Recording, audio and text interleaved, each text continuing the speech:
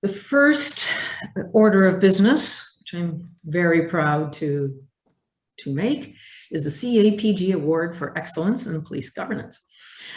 Before we get into the business of CAPG, I have the honor of announcing the winner of the 2021 CAPG Award for Excellence in Police Governance. This award was established in 2013, and it recognizes individuals with significant contributions, commitment, and leadership towards the enhancement of civilian police governance in Canada. The board received some excellent nominations, and it made the decision very difficult. The person who has been chosen is a very deserving recipient, and he has moved the needle on police governance, not just at the local level, but nationally. The recipient for the 2021 CAPG Award for Excellence in Police Governance is Mr. Ryan Teschner, the Executive Director and Chief of Staff of the Toronto Police Services Board. Ryan is a police governance authority with expertise in developing community safety policies and legislation that are accountable, measurable, and achieve the intended outcomes. Ryan has been a learned colleague and great friend to CAPG, generously giving his time and expertise in delivering webinars, governance summits, and presentations at the conference. We have all greatly benefited from the knowledge and experience of Ryan Teschner, that Ryan Teschner has.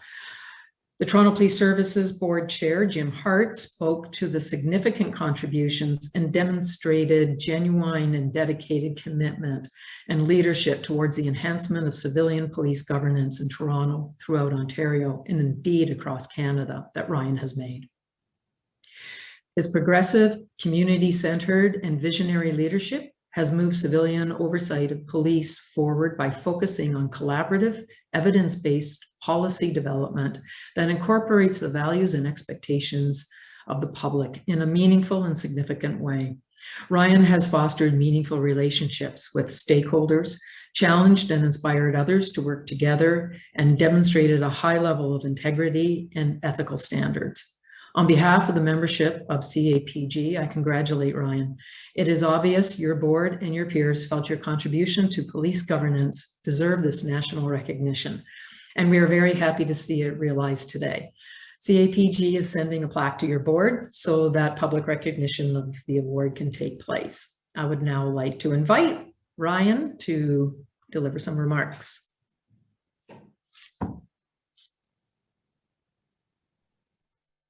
Thank you, Madam Chair.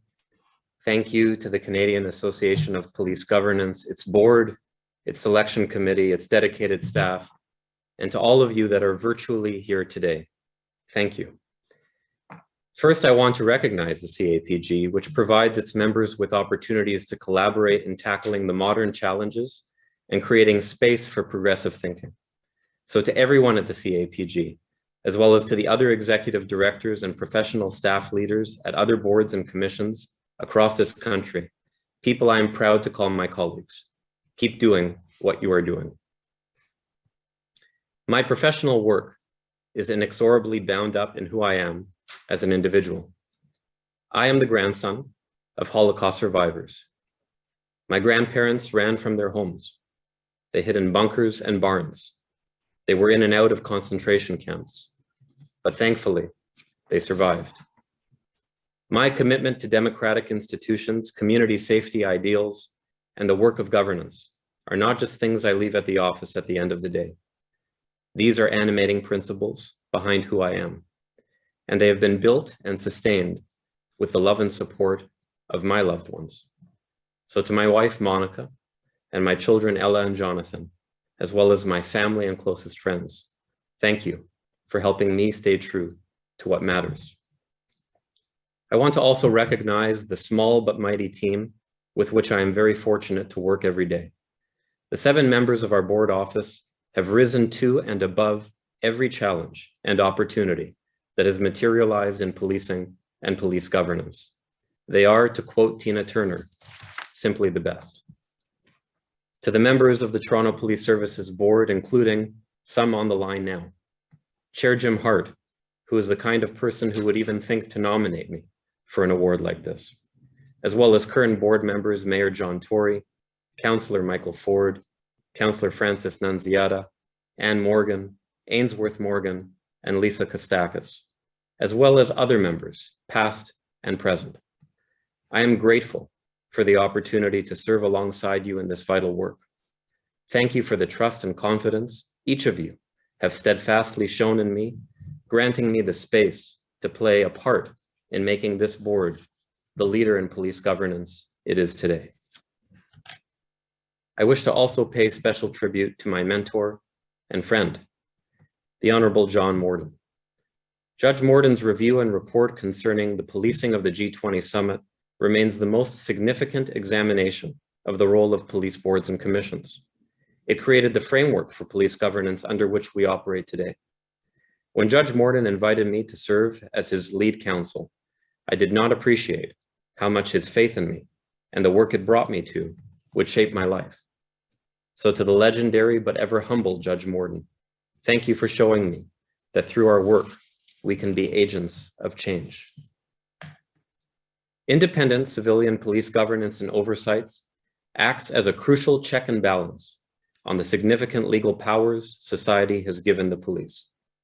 It is an important social contract that ensures the ideals of Canadian democracy are never sacrificed, even when the incredible power of the state is used to promote the safety of our communities. At its height in the summer of 2020, we have seen protests fueled by distrust in institutions and misunderstood or ineffective civilian governance. South of the border, this has led to a patchwork of one-off approaches that do not effectively balance the independence of police operations with the legitimacy in police through effective governance and oversight.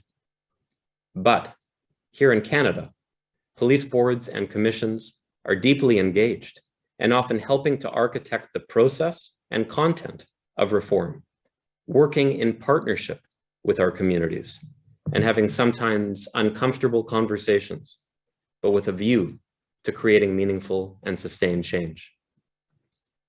Whereas reform in other jurisdictions feels like something that's being done to those that we serve, I'm proud to see our strong police governance system being engaged to chart a journey of reform with the diverse communities we serve.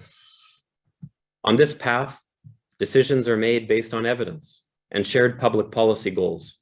Transparency is heightened, and people feel that they are participants in the system that is meant to keep them safe.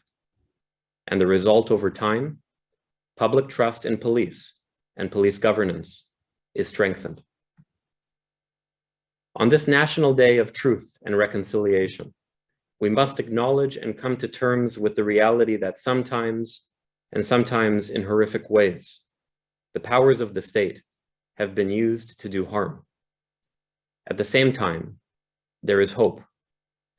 I think back to my role as the chief negotiator for the provincial ministry that in partnership with Indigenous leaders developed the first legislative framework for First Nations policing in Ontario.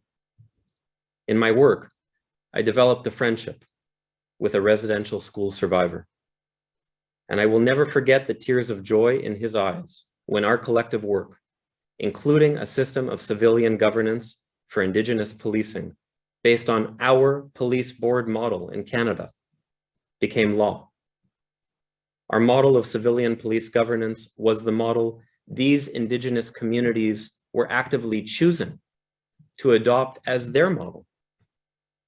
We should collectively be proud of this, and we should see this as one example of what a respectful process of truth and reconciliation can achieve.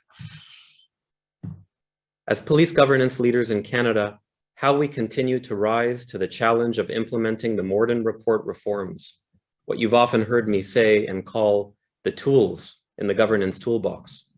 When you go back to your communities in which you live and you work, this will perhaps be the most significant test facing policing in our time. In my view, there is no greater testament to our system of civilian governance than the continued willingness, especially in these challenging times, of those most impacted by policing and community safety concerns to be our partners. It is a tribute to what we all do and the commitment that all of you bring to how we do it. It is all of us delivering on the promise, the pact that independent civilian governance represents for the communities that we serve.